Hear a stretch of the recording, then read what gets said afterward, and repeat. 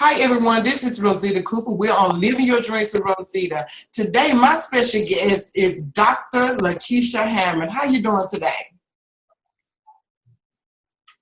I am great. I'm wonderful. How are you? I am awesome. Thank you so much for being on the show today. I really appreciate you. Thank you for having me. Okay, so I want you to give a little information about yourself so the ones that doesn't know you, they can get to know a little bit about you. Okay, great. So I've been a psychologist now for the past 11 years in private practice. I own a private practice, and it feels like just yesterday, but here I am over a decade later here. My passion in life is helping children and families. I've been completely honored to be able to travel throughout the country and out of the country to really help with different mental health issues. So I do a lot of consultation with the media and with speaking just to really make sure that people are bettering their lives. Nice. And we need people like you. You know, I started school social worker and stuff, but then I realized how long it was going to take, so I applaud you. For the time spent to make sure that you have the special skills and stuff to help the people that you want to help. So that is so awesome. Mm-hmm. So, what made you get into the field of medical? Yeah, I have always known since I was a little girl. I really wanted to work with kids. When someone said, "What do you want to be when you grow up?" I was like, "I want to be a doctor." So it was really a lifelong dream to become a doctor, to help children. And really, I strongly know, I strongly know that helping kids and teens in that time period not only helps them in those years, but it helps adults. Because there's a lot of things that happens when you're a kid and when you're a teenager, and when it's not dealt with, you end up carrying that throughout your entire life. So I just wanted to be there through the child and the teen years to really help them have really productive lives. Okay. So do you have any kids of your own? I do. I have a 7, almost 8-year-old son. And he is my joy and my little comedian. I always say he keeps me entertained every day with his jokes. But I have a 7-year-old. Okay. So about the medical health issues and stuff, and I'm aware that there's a lot of people, and even reading up on the issue myself, I found out there's people that has it that doesn't even know that they have it just because of like anxiety is considered a medical issue. So could you explain the different type of medical issues and how people can be aware if they're carrying a medical issue that they are ignoring? Yeah, that's a great question. And there's a lot of different mental health issues. There's depression and anxiety are the most common ones. But you're right. A lot of people don't even realize that it is really an issue and a problem. And what I would suggest to people is to understand that there's this notion, especially in Black and brown communities, that you have to be strong every single day. It's almost, it's dehumanizing really to think that every single day of your life, you got to be strong, you got to fight. But what that does, unfortunately, is when you're struggling with serious depression and serious anxiety and you're not getting help because you have that superhero cape on, because you got this type of mentality, it breaks you down and it tears you down. So it's really important, the not being able to sleep, not being able to eat, you can't function, you can't work, you can't concentrate, all those types of things, those are red flags that something is going on that you may need to get help for. Okay. So it says that, do you feel as though mental health issues are common? Yeah, they are. It's interesting because of all the people. So now at this stage of my career, because I spend a lot of time outside of my office, traveling and, speaking and doing all these things outside of my office. But when I am in my office, I do evaluations generally with ADHD and learning disabilities. And what's interesting is many of the people I meet, or the kids, the teens, some adults, they feel like they're the only ones with this issue. That's what mental health makes you feel like. You feel like you're the only one that has this problem. You're the only one through a divorce, going through unemployment, going through difficulties financially. But mental health affects millions and millions of people. So it is something that is, it affects so many people. And I always remind people of that, especially the adults. I'm like, this affects, or whatever, even if it's a kid issue, I'm like, this affects millions and millions of children. There's this idea that this child is the only one, and that's not true. That's a myth. That is not true. Yeah, because I read in 2016 study, 6.1 million children between the age of 2 and 17 are affected by ADHD. Yes. And basically, they said that, like we were saying, ADHD is a part of a mental illness. But now, when I was younger, I was hearing that a lot of doctors try to say that kids had ADHD because they was hyper. Do you feel as though that a lot of kids are diagnosed with ADHD and they just hyper and not really, it's not really a mental illness, but the medical field actually is able to earn money off of the kids being diagnosed with a mental illness for his ADHD? Yeah. That's a big issue, especially that's one of my subspecialties, ADHD, and it's really an issue. So ADHD is a mental health condition. It's very debilitating, and people think though of ADHD as just this child that's running around the classroom or getting out of their seats or being hyperactive, but it's a lot more than that. So yes, it could be that, or it could be something else. To your point, there are so many children that I've met, it's ridiculous, that are misdiagnosed with ADHD. To your point, it's something else going on. There's kids will get ADHD, not do their work, and can't concentrate if something is happening in their household, if some major change is happening, depressed or anxious. So it's not just ADHD. So yes, it is overdiagnosed, but when it is properly diagnosed, it is a real mental health condition that really affects a lot of children, teens, and adults throughout the world.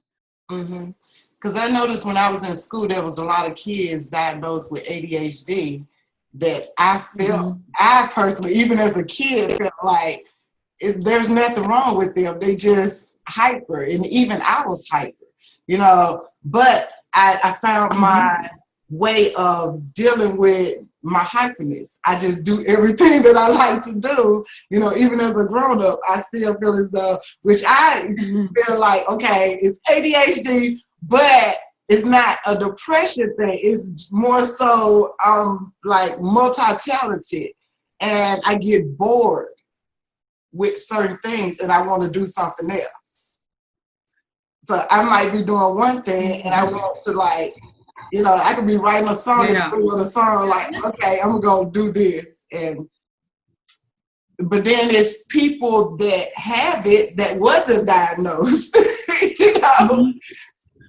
Well, and you're right. It takes on a lot of different forms, whether or not a lot of people that have a hard time with concentration and they do not have a diagnosis with ADHD. As soon as we're so conditioned for that, which is why I wrote one of my books about ADHD to help parents, because we are so conditioned to hear a child has problems concentrating and it's immediately ADHD. And that is not the case at all.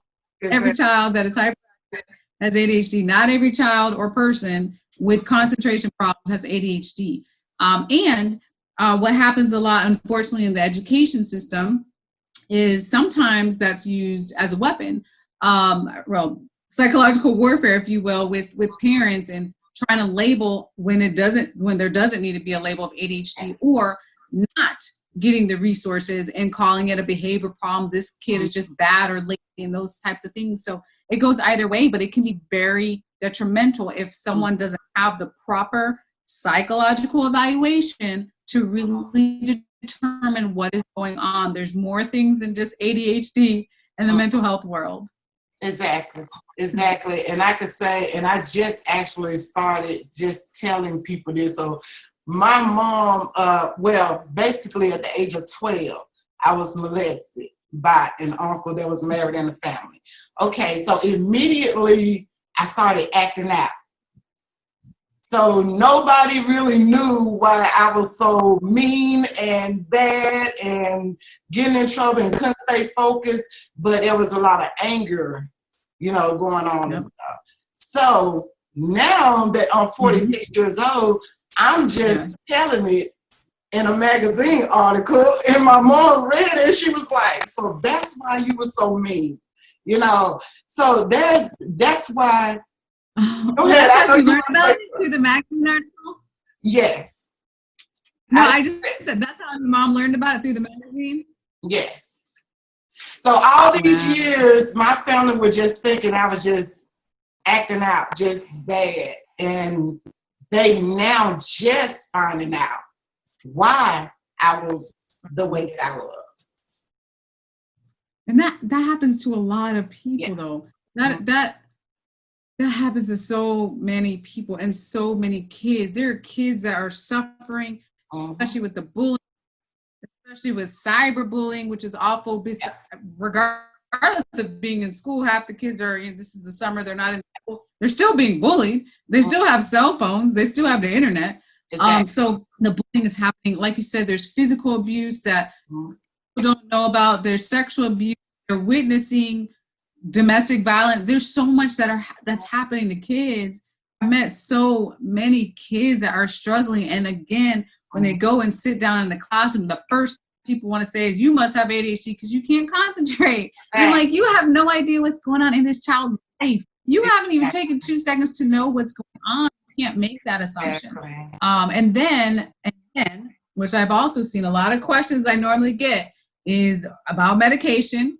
First, I want to say, not am a physician. I don't prescribe any medication. But what I will say is I have seen many children that are unnecessarily on medication for ADHD when really they've had some trauma in their life that they need therapy for to deal with, and it has nothing to do with ADHD.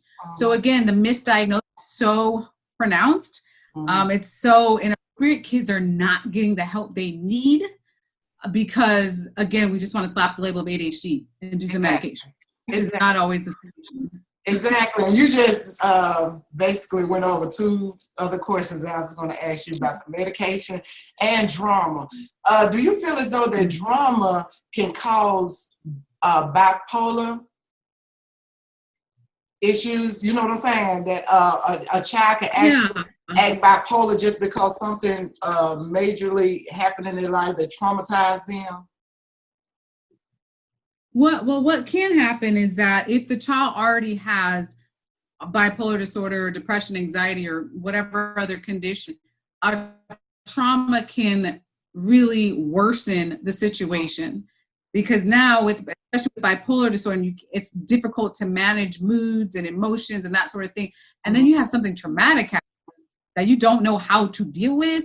That's going to make a lot more difficult. And especially with bipolar disorder in particular, what you were asking about, usually what happens is, well, and good or bad stresses in life, with bipolar disorder, it swings them into worse depression or worse mania, where you have the excitability, high of energy, and doing all sorts of things that are not healthy for you necessarily.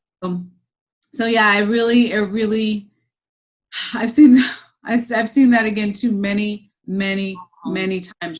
It can absolutely impact mental health. I've met numerous families where that is an issue with the trauma piece. So again, especially I keep going back to the education system because we need trauma-informed education. We need people to understand there's trauma that's affecting these children when they're showing to school, and we can't just keep ignoring it and expecting kids to be okay.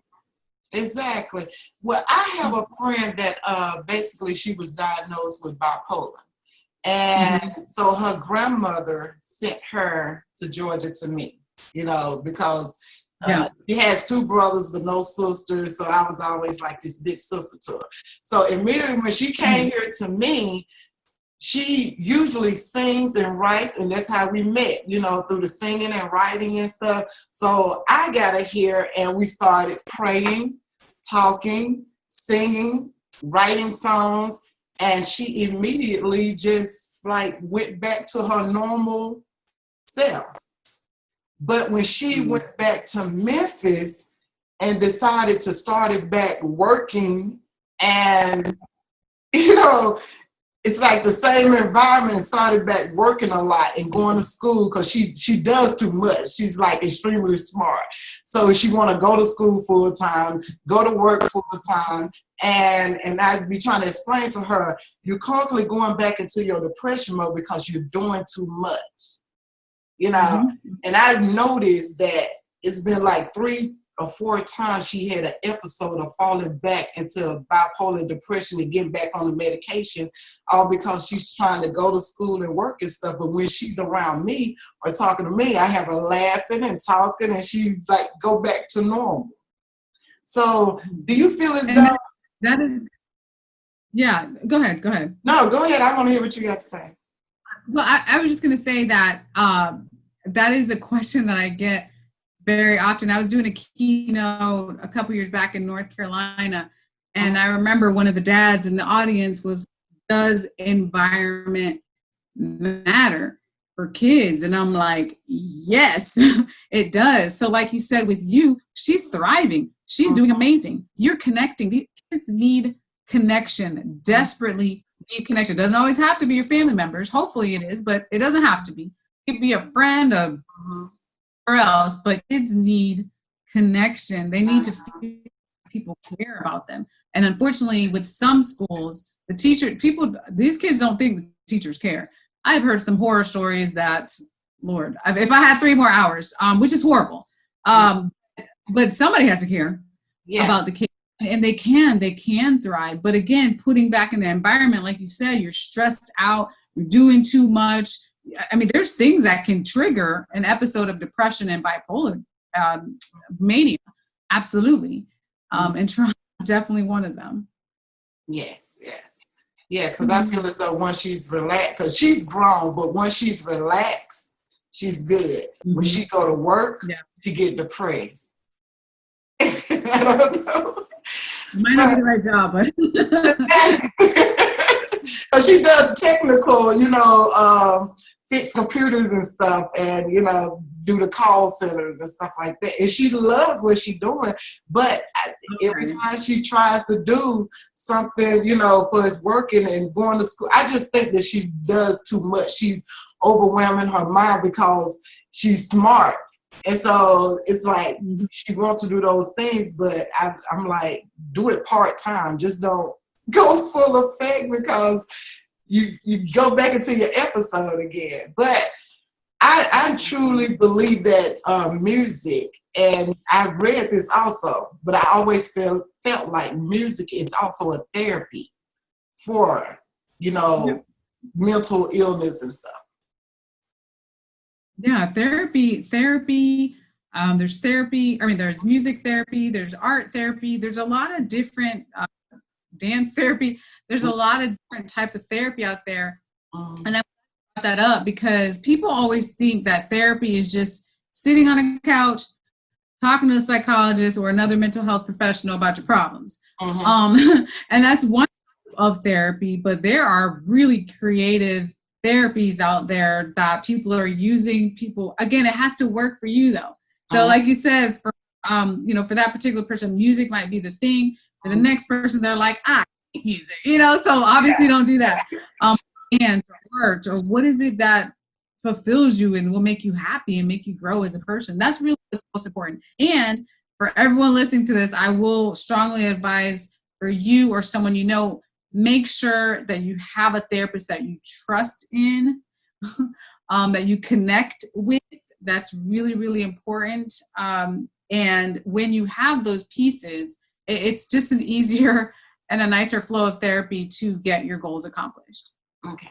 So do you feel as though that a person that feels as though that they are going into a depression, instead of going to the doctor and getting diagnosed and getting on medication, that they should try other things first? Like you said, the dancing, being active for his music, dancing, singing, or whatever, sports. Try other things because, well, I'm gonna let you answer that first. Yeah. Because I was gonna come back with another. It's all good.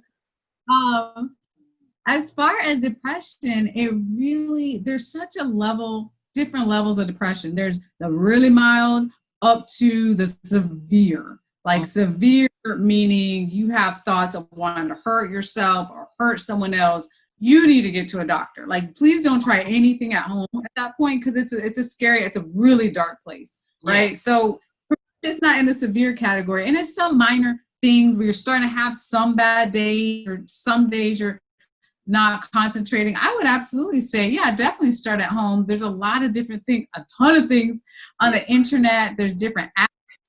There's the Calm app, Insight Timer app. There's a lot of different things to try at home first. Mm-hmm. But again, not to wait too long. You know yourself best. When you start to get into those red flags and you really start to get to that point where you're like, I can't function, yes, you be a mental health professional at that point. And don't beat yourself up for having to take that step, because it's not a bad thing to do.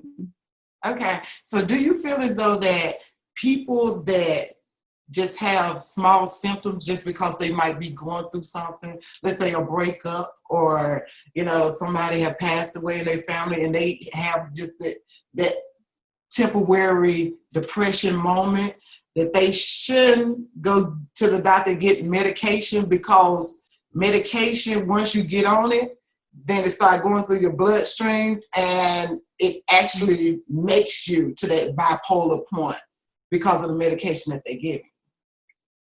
Yeah.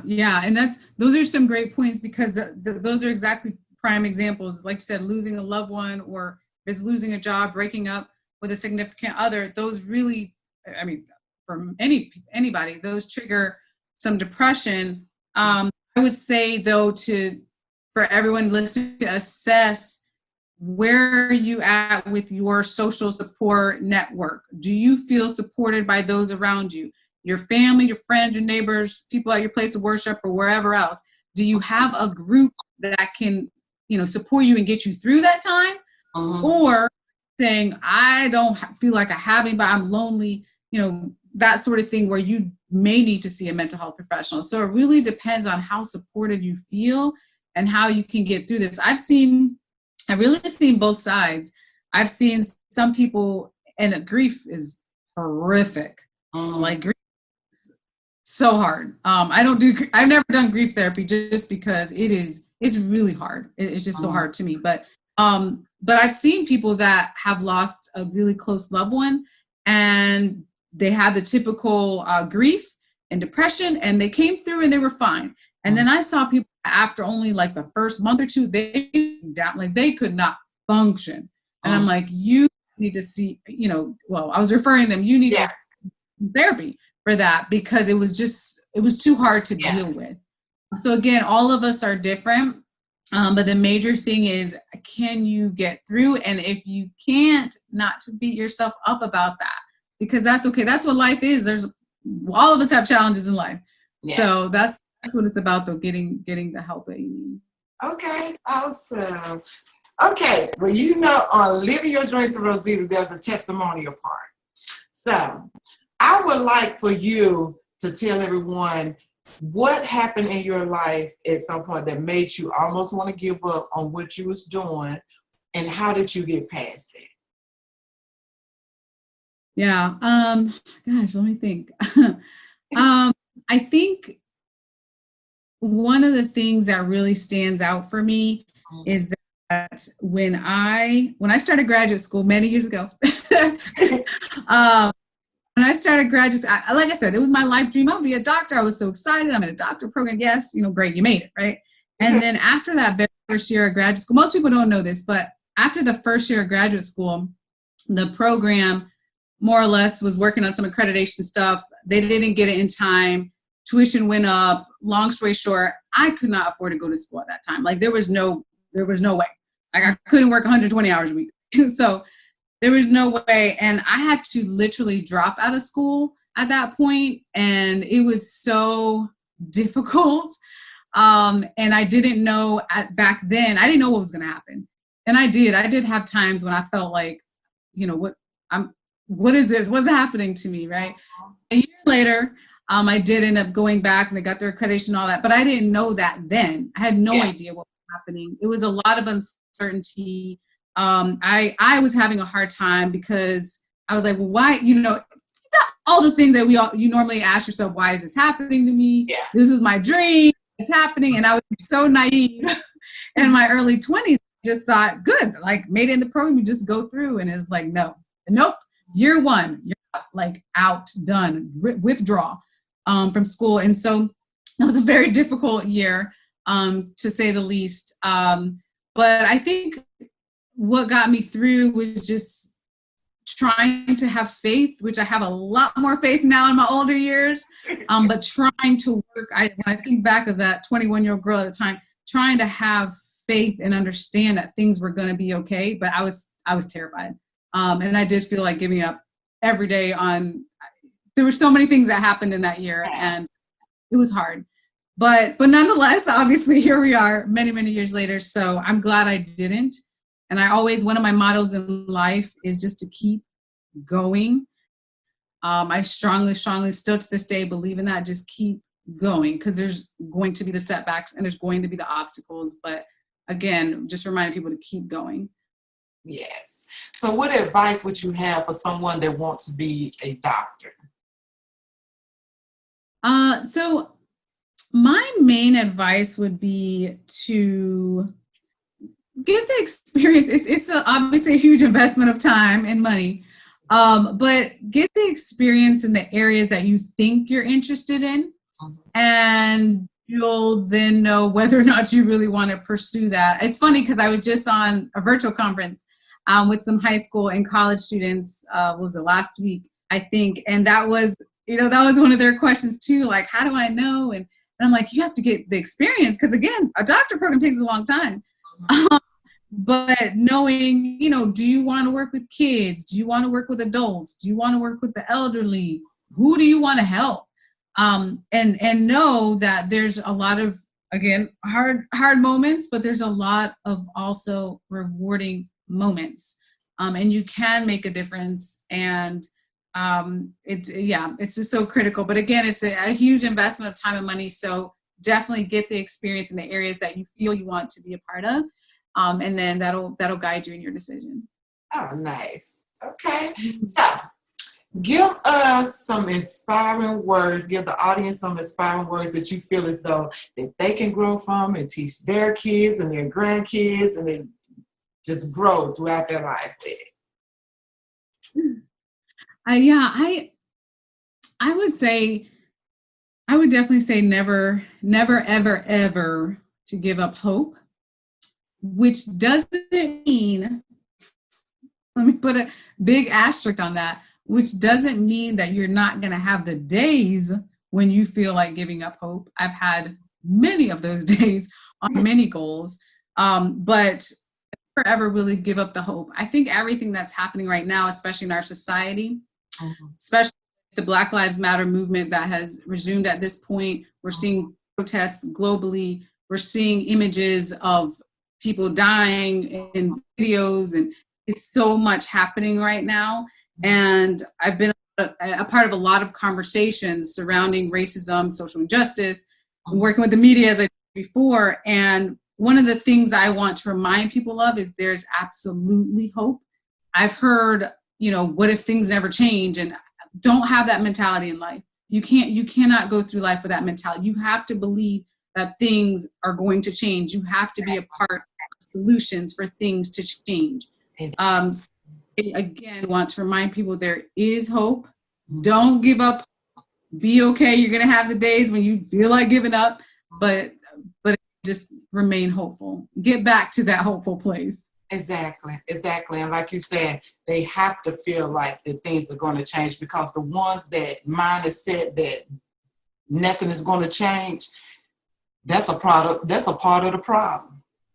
Exactly. Yes. And there's things changing right now. It's exciting.